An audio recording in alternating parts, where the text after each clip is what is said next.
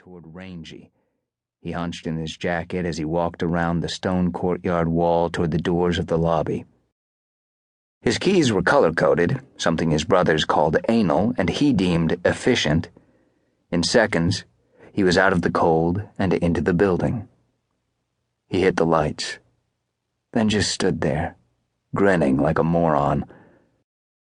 The decorative tile rug highlighted the span of the floor and added another note of charm to the softly painted walls with their custom, creamy wainscoting.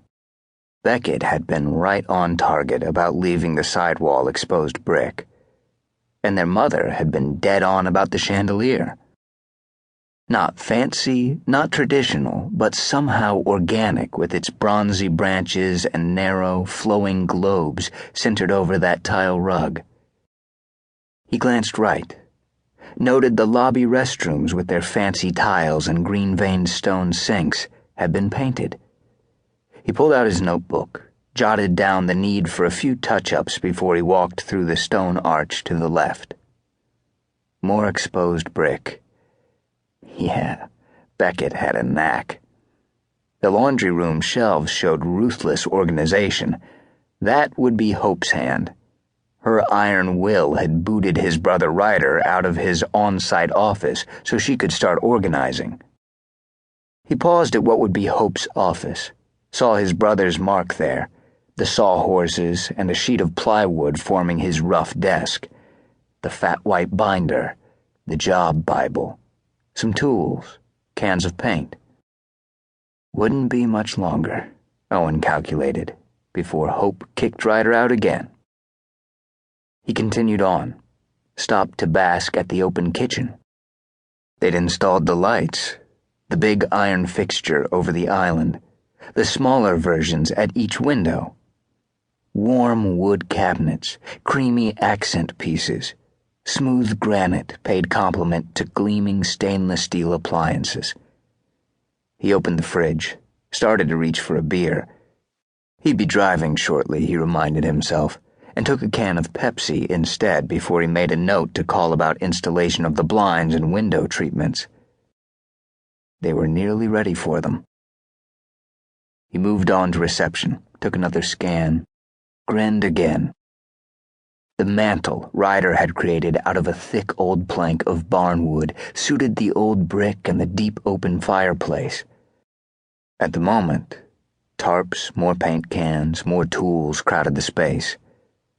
He made a few more notes, wandering back, moving through the first arch, then paused on his way across the lobby to what would be the lounge, when he heard footsteps on the second floor. He walked through the next arch leading down the short hallway toward the stairs. He saw Luther had been hard at work on the iron rails and ran a hand over it as he started the climb. "Okay. Pretty damn gorgeous. Rye, you up here?" A door shut smartly, made him jump a little.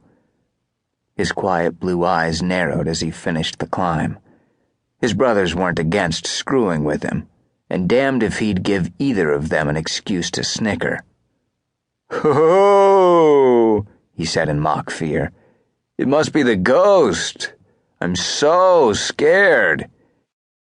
He made the turn toward the front of the building, saw that the door to Elizabeth and Darcy was indeed closed, unlike that of Titania and Oberon across from it. Very funny, he thought sourly. He crept toward the door, intending to shove it open, jump in, and possibly give whichever one of his brothers was playing games a jolt. He closed his hand on the curved handle, pulled it down smoothly, pushed. The door didn't budge. "Cut it out, asshole!" But he laughed a little in spite of himself, at least until the door flew open and both porch doors did the same. He smelled honeysuckle, sweet as summer on the rush of icy air. Well, Jesus. He'd mostly accepted they had a ghost, mostly believed it. After all, there'd been incidents, and Beckett was adamant enough he'd named her Elizabeth in honor of the room she preferred. But this was Owen's first personal, up-close,